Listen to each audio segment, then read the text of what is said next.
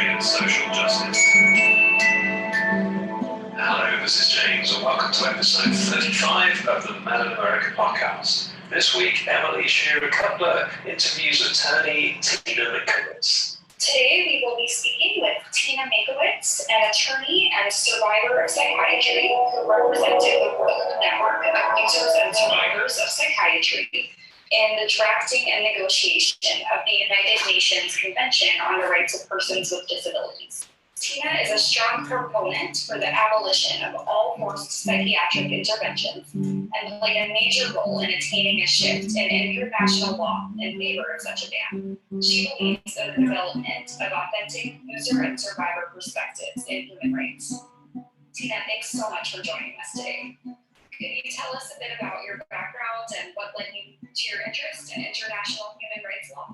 Well, thank you very much for having me on this podcast series. So, I am a survivor of forced psychiatric interventions myself, and my interest in law essentially stemmed from that experience in which law was an agent of the oppression and violence and discrimination that was perpetrated against me. Law was an agent of disempowerment in my life, and somehow both because of that and in spite of that, I was drawn to law as the area that needed to be changed, because law is an institution created by human beings, and it can be changed equally by human beings. And when I was in law school, I became interested in international law for many reasons. It's simply an area that's interesting to me as a very fertile and interesting field, where a number of very foundational issues in human life and society are under discussion. Issues of war and peace, for instance, in addition to human rights, issues of self-determination of peoples as well. And I ended up being especially drawn to international human rights law and doing some work in a clinical program in that field, and also becoming interested in disability rights law. And I ended up starting to think about how to put those two fields together to address issues of psychiatric oppression, to put together the legal framework and doctrine of disability non-discrimination together with international human rights. And that was how I started to formulate some of the ideas that eventually came into the UN Convention. So I had also been involved in the survivor movement since 1978.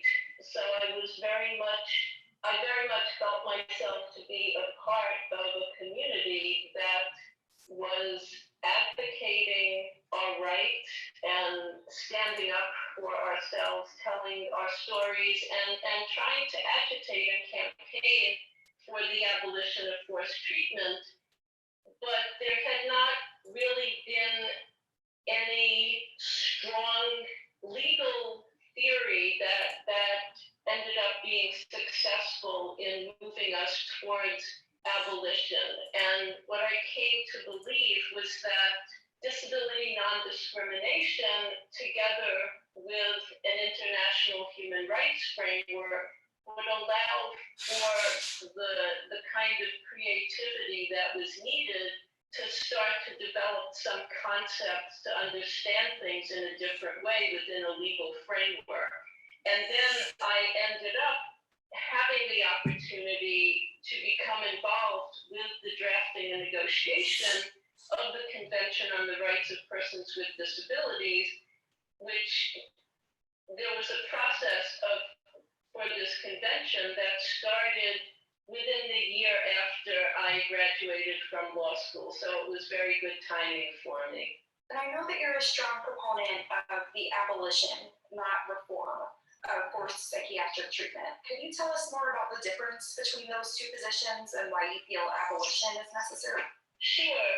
I think that really, historically, before the CRPD, every effort that was made in mental health law, sometimes there were efforts to abolish forced treatment, but there always ended up being a perception by some people that, oh, we can't get rid of it entirely. There's always going to be some exceptional circumstances. So we're going to regulate this practice. We're not going to allow psychiatrists to simply have a free hand. We're going to regulate them. We're going to require, say, court hearings to review what the psychiatrists are doing. But we've got to, it was just assumed that there was going to be a need for involuntary measures in some percentage of cases that were characterized as exceptional, and it was supposed to be a last resort. Now, we've seen that, in fact, anytime such provisions are enacted, anytime reforms are enacted in mental health legislation of that nature, it doesn't change very much. Sometimes, if you're going from a system that just kept people locked up with absolutely no way to appeal to get out, people perceive that this is an advance, but sometimes it actually still results in increased levels of involuntary commitment, as appears to be the case in a fairly recent reform in France that was undertaken. Okay, so we've seen that pretty much every place it happens. And similarly, the capacity standard, when we in New York State, not enacted because it wasn't legislative, but the New York State Court of Appeals decided a case in 1986 that brought in a capacity standard for the right to refuse treatment, even if you were locked up on involuntary commitment in a psychiatric institution, that they would have to demonstrate that you lack the capacity to make a decision about treatment. Now, when that case came down, all of us in the movement thought, hey, this is great. Of course we all have the capacity to make a decision. We know our own minds. We know how bad the drugs are for us. We're perfectly capable of making that decision. Well, in fact, courts interpret that standard, courts apply that standard in a way that almost always gives the psychiatrist what they want. In New York, New York may be worse than some other states. I understand in some parts of California, it's not quite as extreme. But in any case, what we find is that these kind of reforms really end up being almost a shell game. Reform of forced psychiatric treatment ends up leaving us with forced psychiatric treatment. Sometimes it ends up actually resulting in more forced psychiatric treatment, as is the case with a recent reform that was done in France in 2011. On a deeper level, when any of us are still subjected to the threat of forced treatment, it means that we're living in fear. It means that we can't develop our lives in freedom, that we're always living under this possibility of, if I really go through my distress and anguish all the way, they are going to come for me. So in addition to the stress and distress you're already experiencing, or the potential for what some people call spiritual emergence or transformation, you have to worry about being locked up, and often you are locked up, and that's happening in the mainstream way. So why should, I think really in a way the question to ask is why not abolition?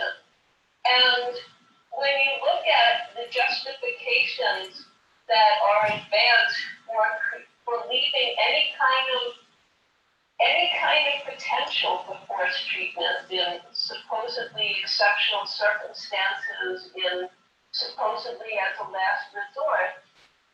What it really means is leaving the power in the hands of psychiatrists and in the hands of judges. And that still leaves people labeled with mental health conditions in a position of disempowerment, in a position of powerlessness, in a position of inequality and discrimination. And if we're supporting human rights, if we're promoting human rights and campaigning for human rights, that's the opposite of what we want. And abolition is the only way to actually get us to true equality and what many have framed as a truly inclusive society. So what are some of the current barriers and to the abolition of forced treatment, and why do you think the public is so reluctant to support abolition? Well, I think there's many reasons. Surely the level of discrimination that is actually being fomented against people labeled with mental health conditions has really actually increased over time, and it's somewhat to a degree even being fostered by the mental health legislation that allows involuntary commitment. So when you have a group of people that is subjected to a particular unique and targeted form of social control, it's natural that the public is going to view that group of people as warranting extreme measures of social control. That you have the danger to self or other standard prompts people to view us as dangerous.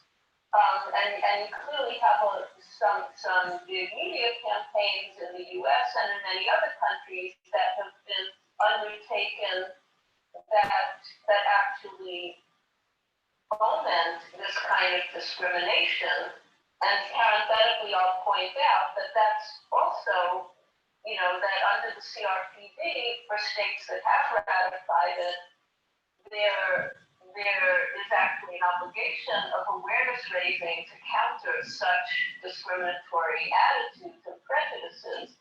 So I think discrimination is one big reason. I think another reason is that we've become so accustomed to a way of thinking that just assumes that there's going to be a need for involuntary measures to be done to people who are mad.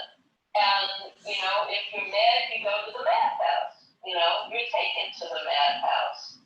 And it's really some very deep discrimination that persists in the framework of mental health legislation and the assumptions that this is a state of affairs that is inevitable and that can't really be changed, or assumptions or beliefs that the only alternatives are between involuntary measures and doing nothing at all to support the person, whereas in reality, there's quite a bit that's being done, as Men in America leaders know, to promote and develop all kinds of a very wide range of support options that don't entail coercion and that reject coercion. So those are the main reasons.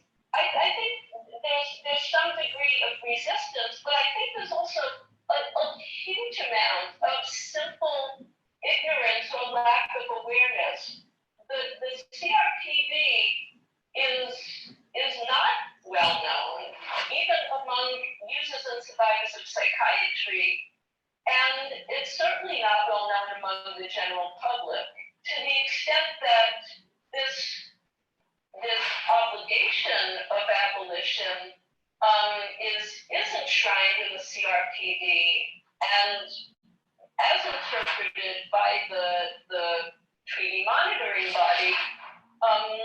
There's just quite a lot of work that needs to be done to really inform people and explain what this means, because many people simply aren't aware of it. I would also say I don't interact that much with these kind of discussions in the general public. I live in a rural community, and I do my work on the computer. And this is my choice. It's the way I choose to live my life. I'm not as involved in community, and that's one of the options that I have as my human right to live the way I choose to live. But people who are engaging in some of these discussions with the general public have told me that sometimes there's actually quite a bit of support for us. For instance, that when they tell people about the practice of electroshock, or about the process of forced drugging with neuroleptics, or giving people 7 neuroleptics at a time, or 7 drugs of which 5 are neuroleptics. Something like that there's quite a bit of there's shock, and there can be quite a bit of support for us when people are presented with the opportunity to identify with us and to really get to know the tragedy and horror of what's done in the name of treatment. And I do know there is a lot of campaigning about those kinds of topics, electroshock, forced drugging, and do you feel like that overall benefits us, or do you feel like that still ultimately is advocating for reform, for if we just end forced drugging, if we just end electroshock, it's still okay to put people on a 72-hour hold, for example? Yeah, I think that's a good question, because I do think that we have to always advocate. I think at this point we really have to go for the whole thing. I would not want to see advocacy being done only to eliminate forced drugging with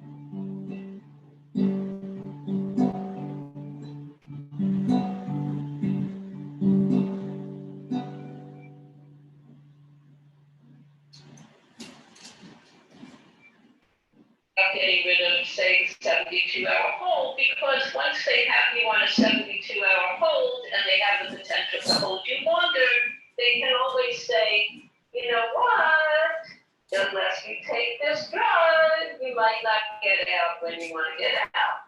We know that. That's the way it's already done. So we have to really look at everything. I know that sometimes there are initiatives that people are involved in already, say, for instance, getting rid of involuntary outpatient commitment. Yeah, sure, involuntary outpatient commitment is terrible, but if you campaign against that and you don't say anything about getting rid of involuntary inpatient commitment, I'm not really sure exactly how much you've accomplished. And I think that the CRPD really challenges us to take that next step and really campaign for abolition. With regard to the abolition of electroshock, I actually see that as even as coming from a slightly different angle, because that's saying that there's a certain practice that's being done as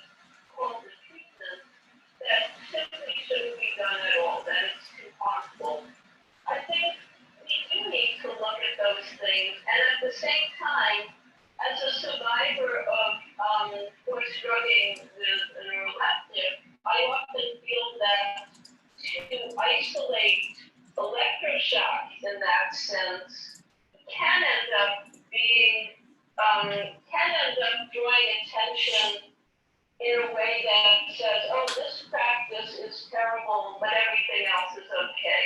So I'm not a survivor of electroshock, and I wouldn't want to impede people from arguing for a ban on that practice, but I also would want to caution that we need to question the entirety of these destructive, what Peter Bregan has called in his books, psychiatric treatments that are hazardous to the brain. I think electroshock damages the brain, yes, and so do neuroleptics. And if we can't or aren't willing to look at the fact that neuroleptics also cause brain damage, there's kind of a problem. So I just think that there needs to be a wider conversation about treatments causing brain damage and that kind of harm. Kind of along that same line, I know that one of the most common questions that anti-force treatment advocates are asked is about what are the alternatives to force treatment? Oh, we believe in abolition, so what's the alternative? So what is your opinion on the notion of alternatives to force treatment? Thank you for asking that, because I think that there are two ways that I would really want to respond. One is that you don't ask about alternatives when you're faced with a situation of violence that needs to be stopped. When there's a massacre in progress, you don't say, gee, what's the alternative? You say,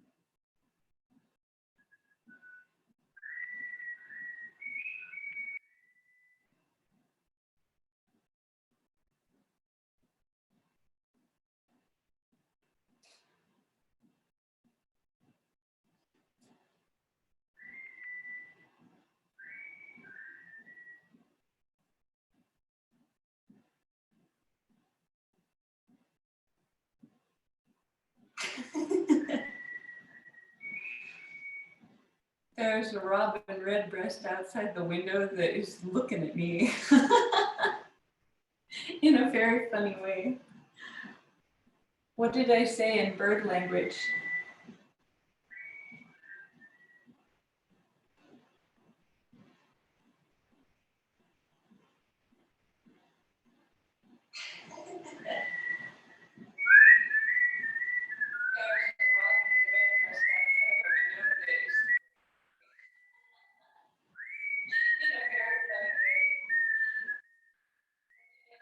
Bird language.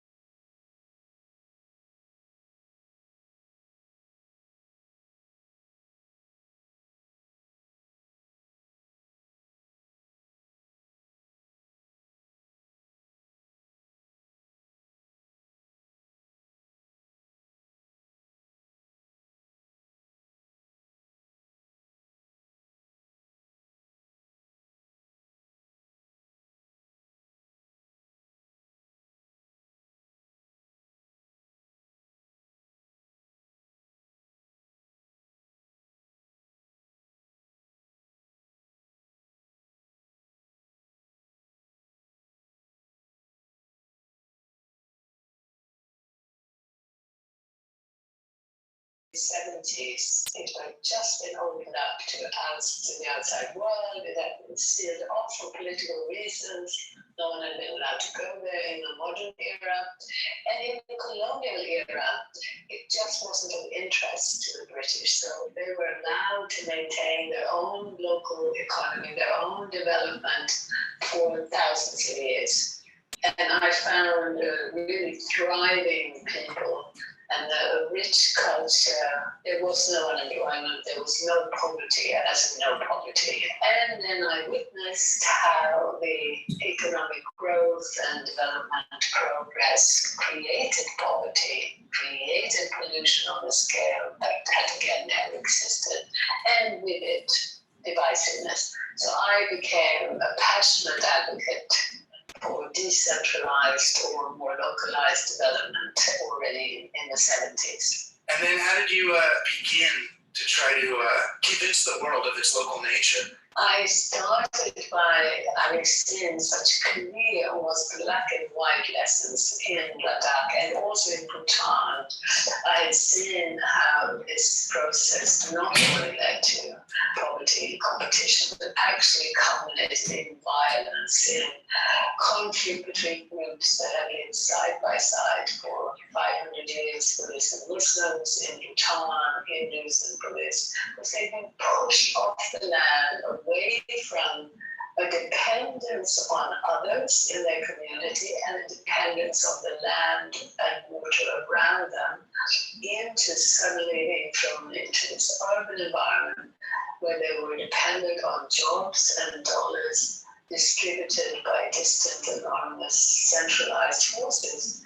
And in that sort of prison-like situation, fear and greed rose very rapidly, and what was created almost overnight was unemployment, which had never ever existed before. I've thought about that a lot, and I've written a lot about the corporatization of Europe in the 11th, 12th, 13th century, and how medieval townspeople who were used to trading with one another with local currencies and really creating and exchanging value, now they all had to borrow money from central treasury, and they all had to work for chartered monopolies. And the behavioral economic theories that came out of that era and beyond are all based on the assumption that people are not living in a networked community. So they use the game theory analysis of the prisoner's dilemma to explain how people are going to act. And it's like, well, yeah, prisoners will act that way, but people in their natural environment in a community won't necessarily act as self-interested individuals. Exactly, because it's also on a human scale and much more visible structures. The good of the community and the good of the individual are so clearly one and the same. The sort of altruism that developed in the industrialized world wasn't really necessary. It was just a beautiful coming together of very clear feedback loops and knowledge systems that showed you that there's no doubt about it. It was in your interest to look after the community because they looked after you. I mean, we're born into a world where we're all dependent on these central long-distance shareholder-owned institutions for everything, for groceries, for telecommunications, for education, for government, that we end up accepting that as a condition of nature. And when we don't have time for our family because we need 3 jobs and we've got to be all online, we don't feel guilty about it. I feel like your book, not that it's just giving us something new to blame, but it helps us to realize, no, we are not awful, selfish people who don't have time for our kids because we're addicted to work. We're thrust into a situation where how are we supposed to have time for our family? It's things like globalization and the World Bank and trade agreements and nationalism and high-tech society that's making us incapable of engaging with people the way we want to. Absolutely, and I think that's for me one of the most important points I want to make is that I feel I have a really positive message, a truly empowering one and hopeful one, because we're not aware that the dominant 24/7 narrative that we're studying and constantly being bombarded with is telling us the problem is human nature, it's human greed, it's overpopulation, it's us. We're having the finger pointed at us for climate change, for poverty property on the other side of the world, for property in our own country. And the average person is working harder and harder just to stay in place. Why? Because of an economic system that we just haven't been helped to pay attention to. And particularly these remote trade treaties, which were a process of change, rather than sort of clear, bank building like the World Bank or the IMF, but the institution of regularly deregulating global trade, which was brought in at the end of the Second World War. That process has been responsible for massive destruction, and it's very high time that we wake up to it. Right, so you really mean from Bretton Woods through the Euro, through NAFTA, through the PPC, whatever they called it, that this is all really kind of the WTO, the World Bank, and the IMF, delocalizing economics and then victimizing people and places around the entire planet. And in the process, I've worked with economists in America and England who have shown very clearly that as the economy has been growing, the average person has been getting poorer, meaning you can't go by the numbers of money earned. You've got to look at how many hours are you working to put food on the table, to pay the rent, to pay for the basic needs now, like education and healthcare. And then you'll see that the average person has been getting poorer and poorer, and that the gap between rich and poor has risen in an obscene, unacceptable way. So it's a combination of obscene and clearly unsustainable. The gap between rich and poor, the economic insecurity, the fear, and combined with climate change and extinction of species, that means that people are waking up. But I think there's a very important step there to wake up to the global structures and see that global system more clearly in order to understand why localizing is so fundamentally important. Some of the first people to recognize the problems with these kind of global economic consolidation or corporatization of everything are the Brexit-obsessed Brits, the Trump Americans. I mean, in some ways, at least the urge to nationalize and to reestablish boundaries is an urge toward the local, isn't it? No, I'm afraid not. It really isn't a step towards localizing at all.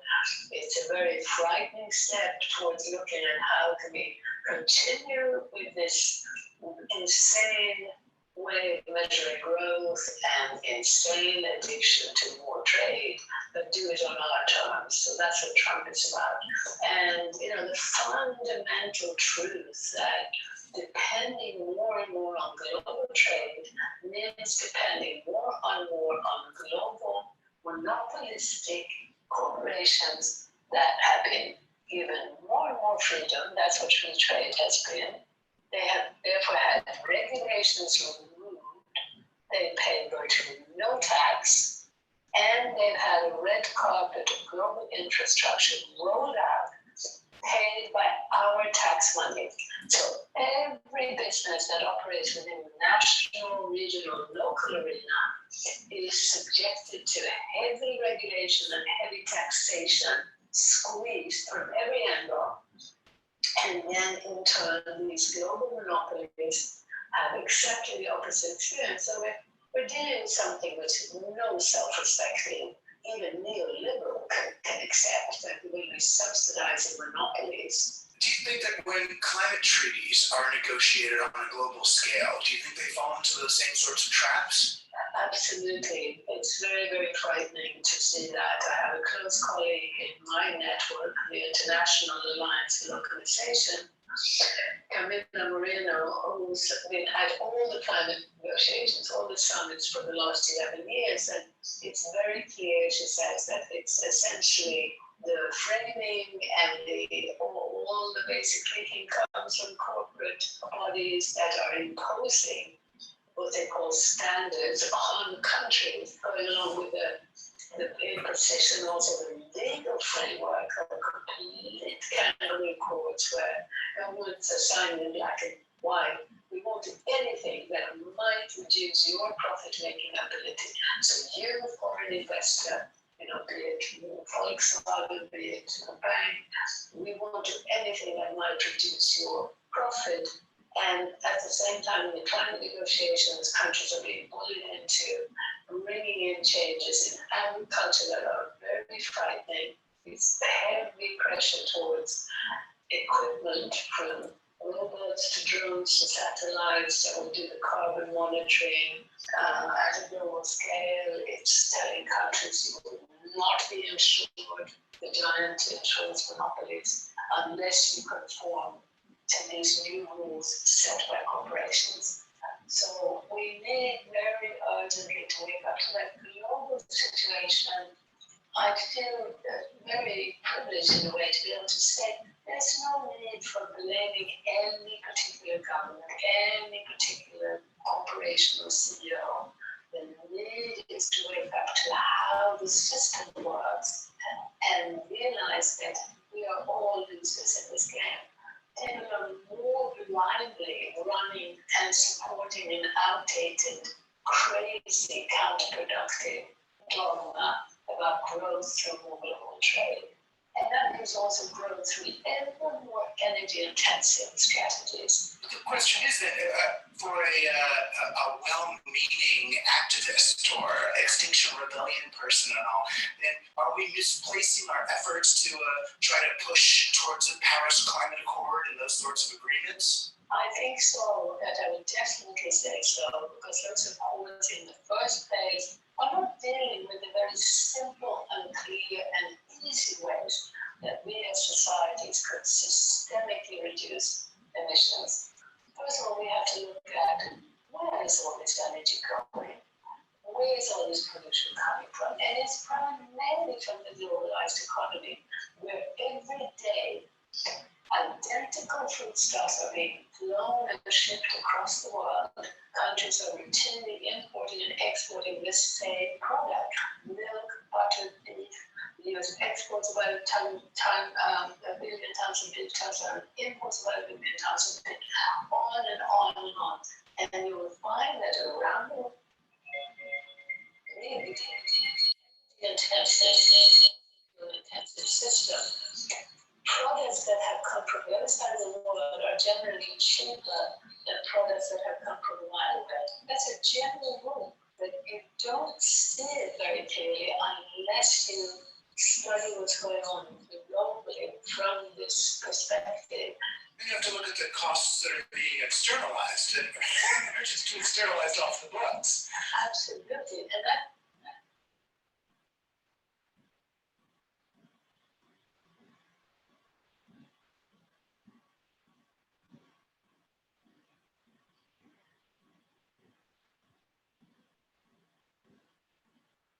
Back again, not slow from Australia to China to craft over, short flow from England to tide to short flow back again. And this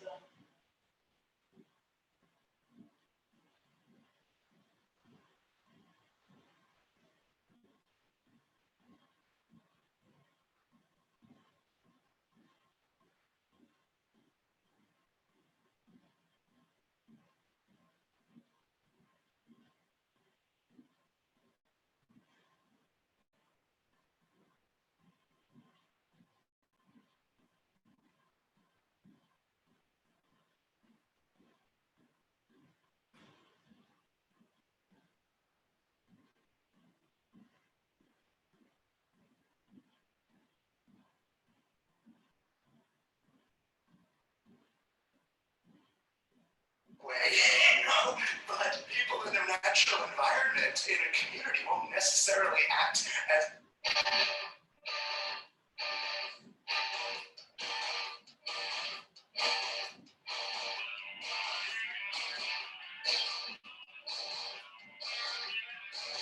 You're on Team Human, boosting the autoimmune response of our species against viruses, media and biological.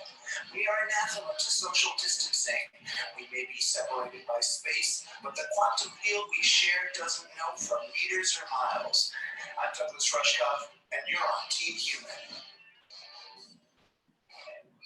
Autoimmune response of our species against viruses, media and biological. We are social distancing, maybe several space, but the thoughts we feel we share doesn't come from meters for miles.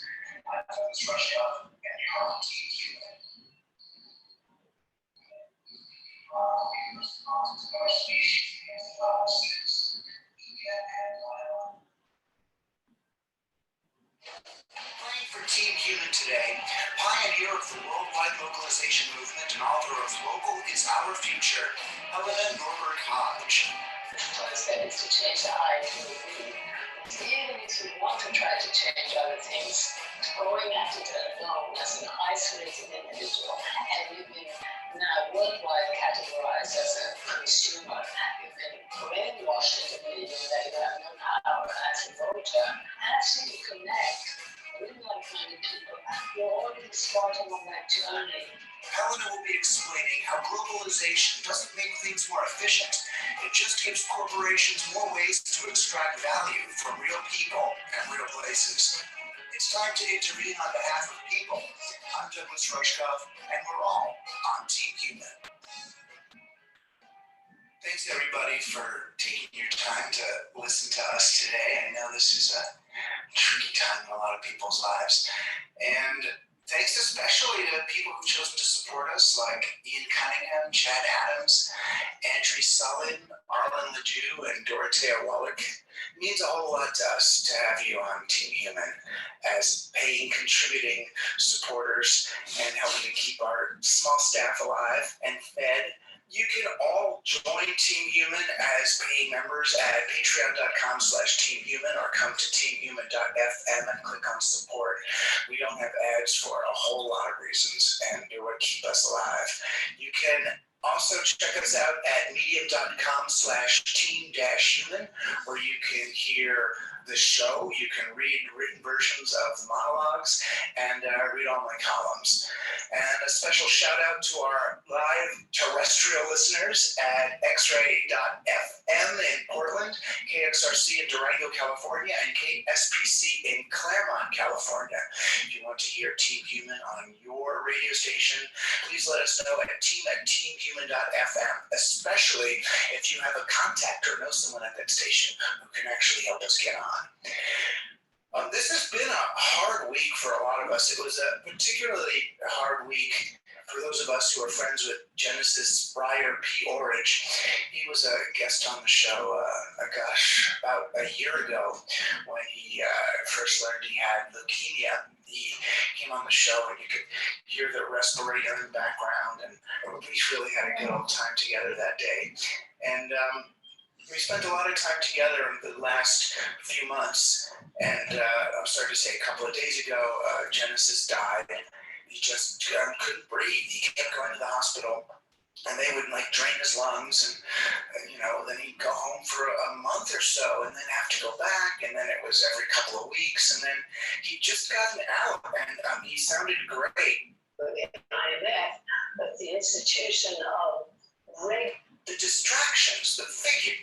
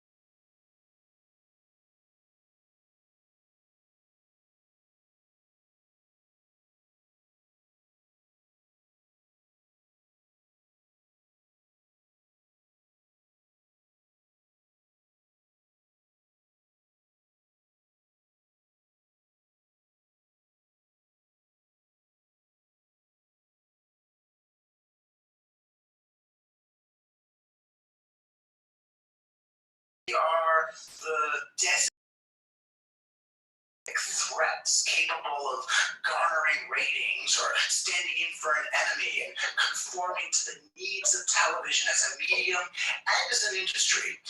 And just like that 3D representation of the coronavirus, with which we're all now so familiar, the way it's complemented by custom logos and the scary theme songs on each one of the cable networks, it's real news. The virus is certainly real, but is it the real story? Is television even capable of serving up the deeper, contextual, or applicably relevant truth at all? And the point I was hoping to make in my talk was that the preponderance of fake news and deep fakes online could just restore the primacy of trusted news agencies and journalists. That the less we can trust the veracity of videos, the more we have to depend on those whose very responsibility it is to determine the provenance and context of things. And this isn't new. This is as old as the public needing a real reporter to verify the facts behind a story. And if anything, the more accustomed we become to the idea that video pictures have no more claim to truth than something we read or hear, then the less power these constructed images should have over us. But what I'm thinking about now is, what about when those images aren't fake? In the sense that they're untrue or falsified? What if they're fake in the way those atomic bomb blasts were at the end of Dr. Strangelove? They're more like news porn, images designed to provoke engagement through terror, as if to compete with the sensationalism these networks believe makes social media so compelling. Right after the Las Vegas Democratic primaries, I happened to turn on MSNBC, and there was a picture of some building in Las Vegas, I guess where the debates had happened. I didn't know what I was turning on to, though, and there was a caption underneath it: "Shots fired in Vegas draw blood," as Chris Matthews, I think, was repeating the words bleeding and bleeding and bleeding.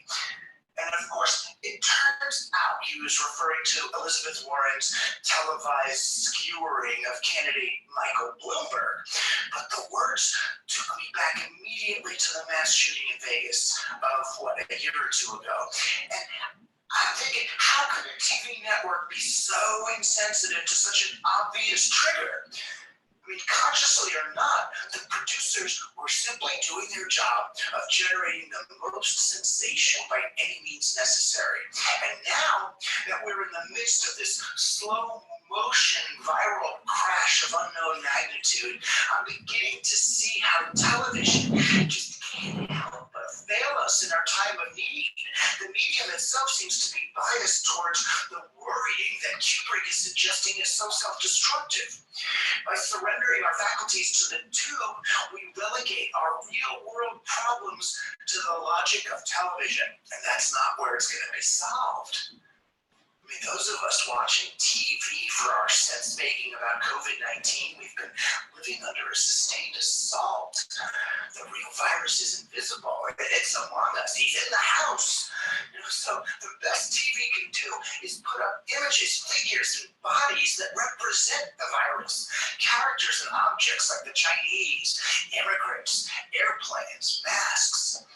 And our newscasters, our leaders, our would-be leaders, they're likewise simply avatars for oversimplified approaches to managing public anxiety. Anderson Cooper, Chris Cuomo, they attempt to embody our moral outrage, criticizing every Trump administration move as if he were intentionally steering the Titanic into an iceberg. I guess that feels good for a moment, but really. And for his part, Trump seems intent on using television to undermine the gravity with which our health experts want us to treat the virus.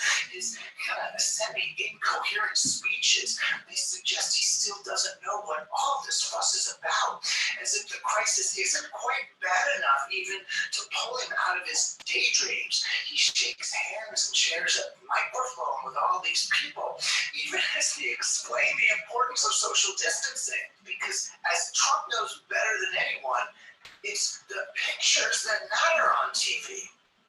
Even his decision to discourage testing for those exposed to the virus seems to advise less to promote the disease than to discourage bad stats making their way onto TV, as if bad disease numbers were the equivalent of bad ratings. And then I saw Biden go on there. Biden went on and he does this speech as if he's trying to show, well, this is what TV would look like if I were president. This sort of West Wing-like monologue that he does. And when he was up there trying to act like what a competent president would look like, I couldn't help but think, man, if Elizabeth Warren were president, she would have already executed on a plan to manufacture additional respirators, to train personnel to operate them. But no, Warren is not on TV. She failed television, or maybe television failed her. Because the real story is not happening on the tube at all, but here on the ground in the real world. And to engage with the ground, I think our digital platforms may be the better choice of media. I mean, sure, a whole lot of what happens on the internet, I know, it just reflects and amplifies TV's shortcomings. Into the sense-making vacuum that television created comes the full spectrum of alternative narratives, some of them more useful than others, right? So one of the first memes to spread online, it was a set of instructions for how to test oneself for COVID-19 by counting the number of seconds you can hold your breath. Right? Not true. Right? Likewise, the folks interpreting QAnon, they're convinced that the virus and the quarantines are giving cover to an imminent Trump military operation to capture over 1,000 deep state terrorists. That'd be nice to see every capture of 1,000 deep state terrorists. I wish we didn't need a virus to cover it up. But the reason they're doing it, I feel like, they say that by Easter, we'll have watched all this happen. And odd as it may sound, I feel like these narratives, they're actually comforting to their intended audiences who've already been traumatized by television's ruthless fear-mongering. Like, if I can just hold my breath for 10 seconds, it means I don't have the disease. Or if I just sit back and eat canned food for a couple of weeks, the military's going to dismantle the deep state and stop a ring of terrorists and erase my debt. I mean, it's a sacrifice, that feels almost worth it. But there are also ways that the net is truly rising to the occasion in ways that television, with its addiction to the image, just can't do. For instance, there's a kid named Avi Schiffman, a 17-year-old kid in Washington State, a high school junior who was unsatisfied with the paucity of facts on TV. And he built what might still be the most comprehensive and accessible map of available global data on COVID-19. He collected and cross-referenced data available through the APIs of all the different national health departments, the World Health Organization, Centers for Disease Control and Prevention. And he's got this website that's not only showing data of contagion rates and deaths, but because it would be cool, he said, he's also posting more positive information. Like the number of people who've recovered in each different place. And he said, this is a quote, he was like on the Today Show, it shows that it's not all negative. The recovery number is big. And meanwhile, like in neighborhoods around the country, in my neighborhood, people are creating Google groups, WhatsApp lists, Facebook groups, and other simple ways to communicate with one another about what's happening on the ground, whether we're sharing testing data, medical information, food availability, or simply comforting one another. We're using the micro-local capabilities of the internet to escape television's competing narratives and then take control of our own experience. Honestly, I would be lying if I said I wasn't worried about the coming virus. I am. Just like many of you, I am freaked out. But I'll be damned if I'm going to let television determine my relationship to this thing. We are not spectators of the COVID show, but participants. This is a moment that we need to leverage the very best of our emerging digital sensibilities and capabilities. The less we fixate on images designed to distract, hypnotize, or trigger us, the more we invite our agency to the fore. And this is how we, as a society, develop the cultural immune response required to face such a challenge together. There couldn't be a better time to bring Helena Norberg-Hodge on our show. Helena has been arguing against global economics and its false promises of efficiency for many, many years. As we in America and Europe now confront the downsides of our entirely corporate global supply chains and how they've ended up denying us the ability to manufacture, say, mechanical respirators where and when we need them,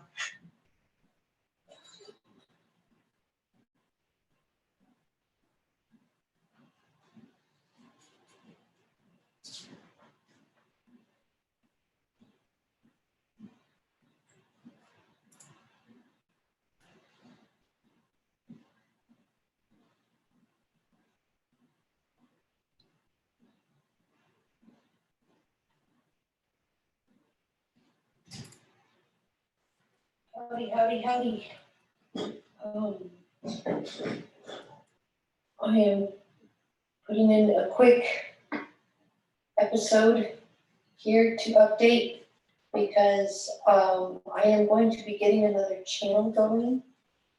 I've actually got it created, I just don't know how to make the bot yet to make Facebook and Telegram talk to each other so that whatever I post on Facebook also posts in this channel, which I'm calling This Ain't No Mud Club. I'll put a link to it.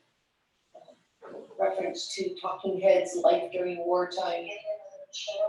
This ain't no mud club or CBGBs. I ain't got time for that now. Anyway, I spent last night trying to figure it out and still couldn't. So if anybody has any insight, I shall receive it. But in the meantime, I actually have to go out in the world.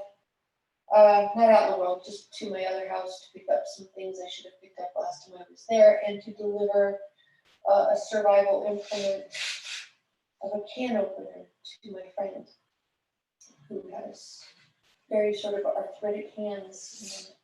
And her old can opener got thrown away by people who were quote unquote helping. So when I come back, I will do my best to figure this out. If anybody has any insight on how to make those two things connect, I would so appreciate it. In the meantime, I am going to leave you with an article that is just beautiful. And I'll try to put chunks of its content on here along with the link. And if anybody wants to remind me, I will make an attempt at some point to read this out loud so that it's easier to share that way. It's a pretty amazing article. In fact, there's this picture from it.